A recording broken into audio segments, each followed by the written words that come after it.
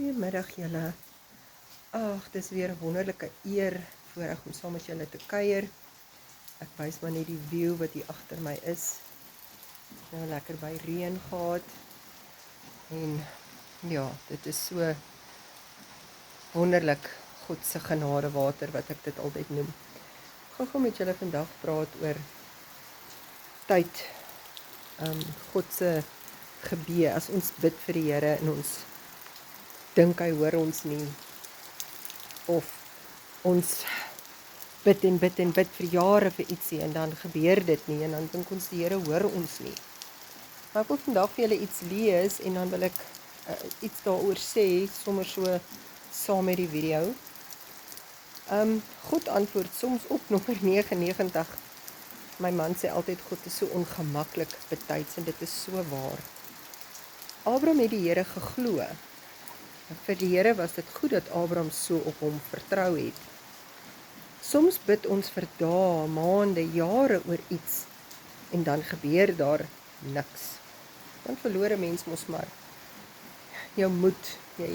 Jy wil nie meer bid nie, want Here, ek bid so lank en ek bid vir dit soveel jare. Ek hou joernale, ek is verskriklik lief vir skryf en ek het al vertel as ek nie soms kan bid nie, dan skryf ek vir die Here.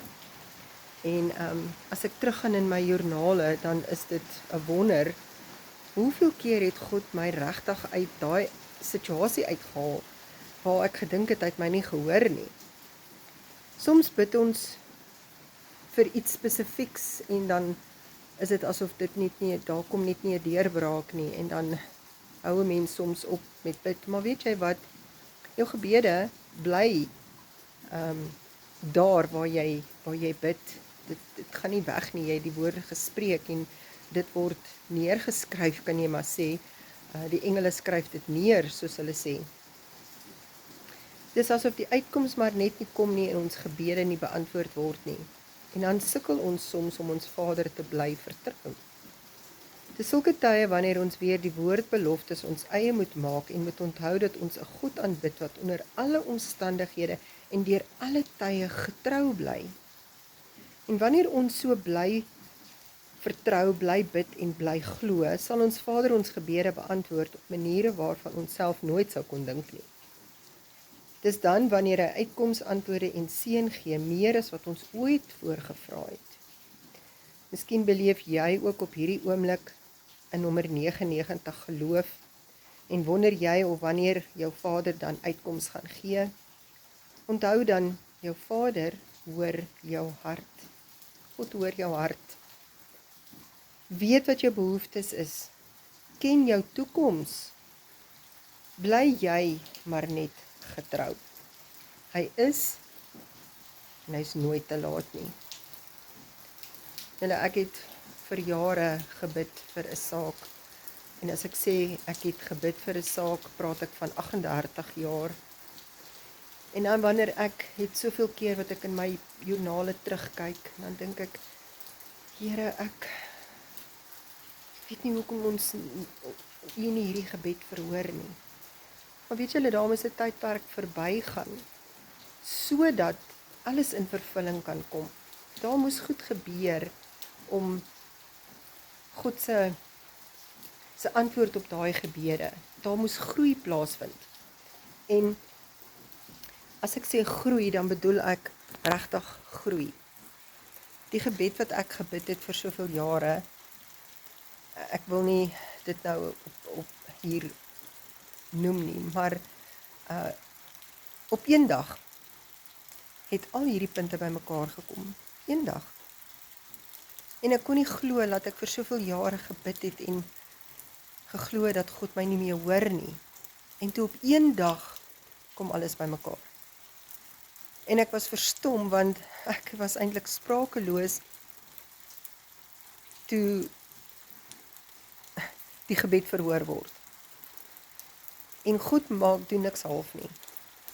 As hy jou gebed verhoor, dan doen hy dit volgens wat sy plan vir jou is.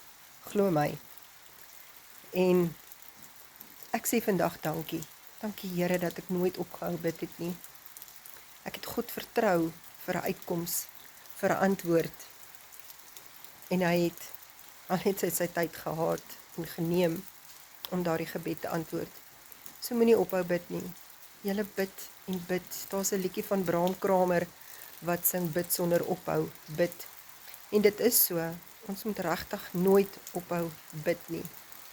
Om te bid is 'n verhouding wat ons met God het en al ken hy ons harte, glo ek dat ons nog steeds vir hom moet sê, Here, dit is my bekommernis, dit is my behoefte, dit is my hartseer, dit is my verdriet, dit is my weet nie waarheen nie, weet nie watter kant toe nie, Here. En God kom gaan stil by jou kom sit en hy gaan dit net kom regmaak. Hy gaan op een dag al die punte bymekaar sit. Soos wanneer jy 'n kombers hekel en jy hekel lappies, jy gaan hulle uiteindelik aan mekaar sit. Ek onthou my ouma het altyd blokkies gehekel en dan sy hulle uitgelê op die mat en dan sy hulle so stelselmatig blokkie vir blokkie aan mekaar gewerk tot die eindproduk en dan was dit hierdie pragtige gehekelde kombers. Dit het tyd geneem want elke blokkie moes gehekel geword het en dan moes al daai blokkies in 'n patroon uitgelê geword het en dan aan mekaar geweef is. God gaan daai pragtige deken oor jou bed kom gooi. Van al daai blokkies van bekommernis gaan hy 'n pragtige kombers vir jou oor jou bed kom gooi. En hy weet wat hy vir ons beplan, vir ons toekoms. Ons moet net bly by Vader se voete. Ons moet aanhou bid, nooit ophou bid nie. En soos ons vandag vir hierdie reën sê dankie. Sê ons dankie vir die gebede, Here, wat U altyd hoor. Ek het nou die dag 'n kosbare stukkie gehoor van iemand wat sê, as ons bid en ons wat die bidders is, soos ek wat 'n ouma is, vir my kleinkinders bid en ek sterf. Daai gebede wat ek gebid het, is nog steeds in die grond. Dit is nie weg nie.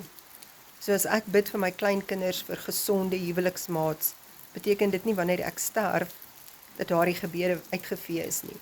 Dit is nog steeds bo aangeteken.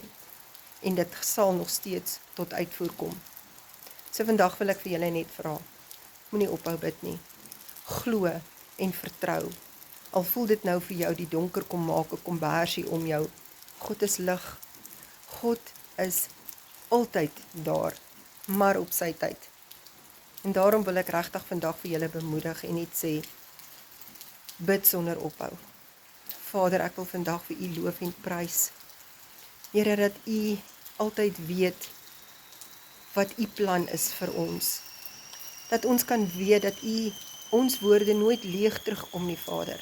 Al vat dit soms jare vir 'n gebed om tot uitvoer te kom. U het die perfekte tyd.